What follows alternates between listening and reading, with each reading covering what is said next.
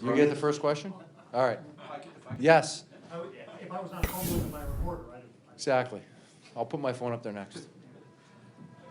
Good surprise, pleasant surprise. Yeah, no, I was very surprised. I was coming down to do a Q&A with the Hall of Fame season ticket holders, and next thing you know, Al's trying to figure out how to break it to me.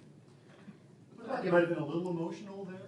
Yeah, no, I mean, listen, I've been fortunate enough to receive a lot of awards, but when you played, I guess the better part of half my career in one city, and we weren't able to do what they did last year, but I had a number of great years here in St. Louis, and you like to think that you left a positive mark and you accomplished some big things. Obviously, in my personal life, I did, and now, having my number retired up there with the Blues greats is very special, and something that is still very new, and it's hard to put into words because you look at the guys that are up there. They're Holly and Bobby Plager and Barclay Plager and Sutter and Federico and Al, and you look at the St. Louis landscape, so to speak, from '67 all the way through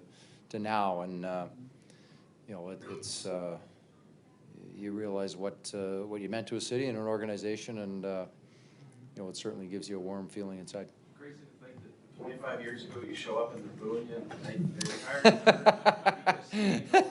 No, because you know what, sometimes you need difficult moments and adversity like that to give you a kick in the ass and kickstart your career, and not that it was in the doldrums, but I certainly needed to go to an organization that had the leadership and the veterans that we had here, and Al and Holly and Jeff Courtnall and ultimately Wayne Gretzky and Grant Fuhr, and when you have those types of players around you and showing you how to be a pro and helping you train in the off season, train during the season, watching how they handle the media. Probably didn't watch that very much, but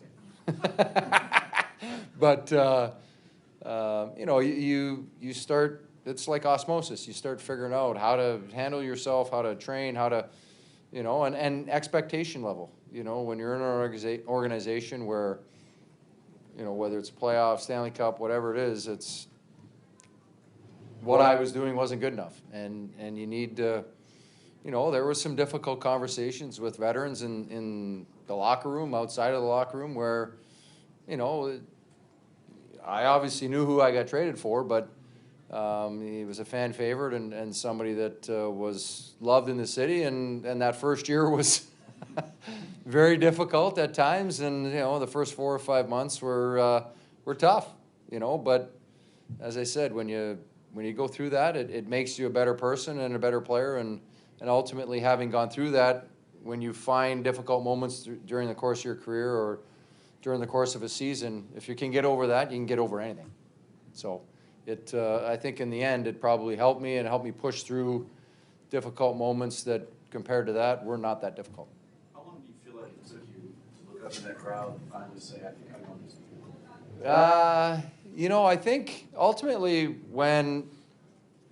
just before the playoffs started, probably a month before, I just stopped paying attention and stopped really focusing and just focused on playing. I was too busy watching and reacting instead of just initiating and playing my game and doing what I did best. And once I was able to do that, and once I kind of felt free and just played my game, then things came a little bit more naturally, and I started to play a little bit better, and ultimately we started to play better and had some success in the playoffs.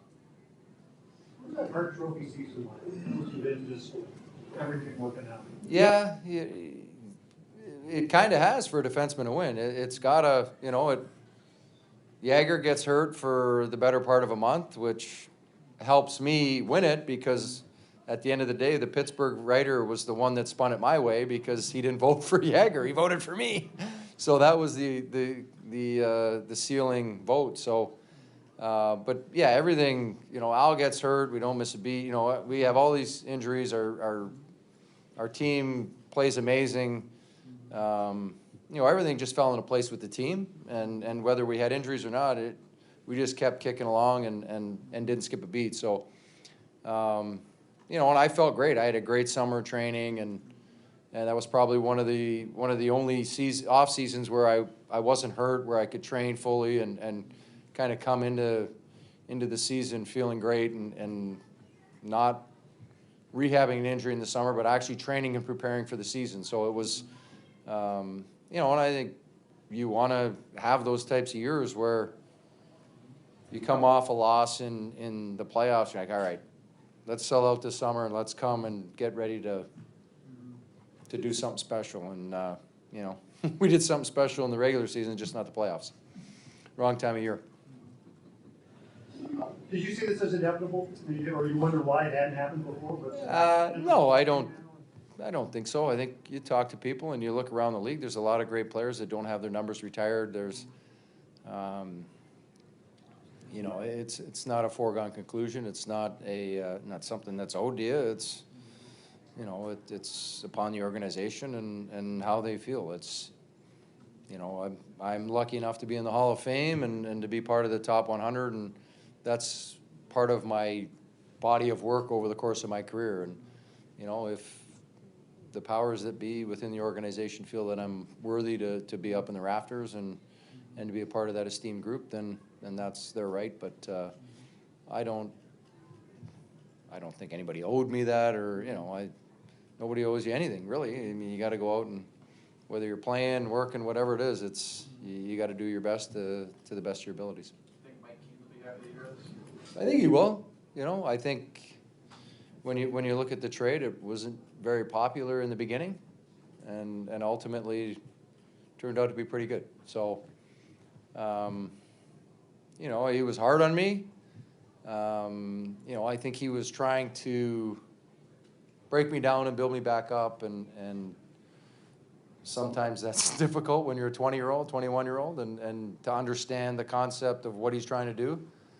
He's certainly not an X's and O's guy. He's more of a motivator and a kick you in the butt type of guy. But I certainly appreciated all the effort he was not easy going in his office every single period after every game, whether I'm watching video or just getting chewed out. But what kind of hardens you up, and you realize you're in a sport and you're in a game that's physical, and while it's physical, it is a mental grind, and you got to be tough mentally. And he certainly instilled that in me, that's for sure.